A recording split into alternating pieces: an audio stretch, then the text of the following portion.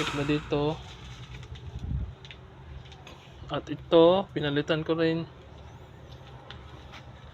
May half na crash guard. So wala pang auxiliary light. Tsaka meron ding mask na nagmumukhang Ducati talaga ito kasi idol kasi yung Ducati ng motor.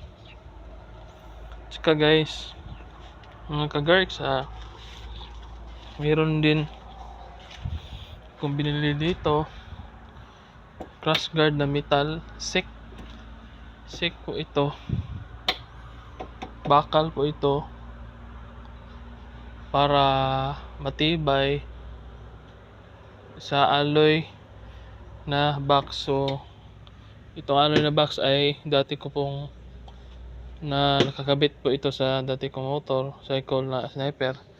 So planning pa po na bibili ng brand new alloy box, baka yung Nura Raptor. Tsaka meron din itong cover sa shock guys, mga kagarks. Yan, bagong bago pa itong motor ko. Tsaka itong EDV na logo dito, yan, kita nyo. Meron din anti-pusa seat cover. I think ano lang ito, 250 pesos sa Shopee. So ayan mga kagarks, so natapos ng video natin sa ADV.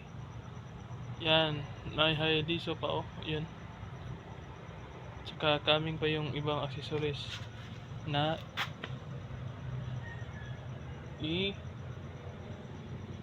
dapat natin dito sa motorcycle.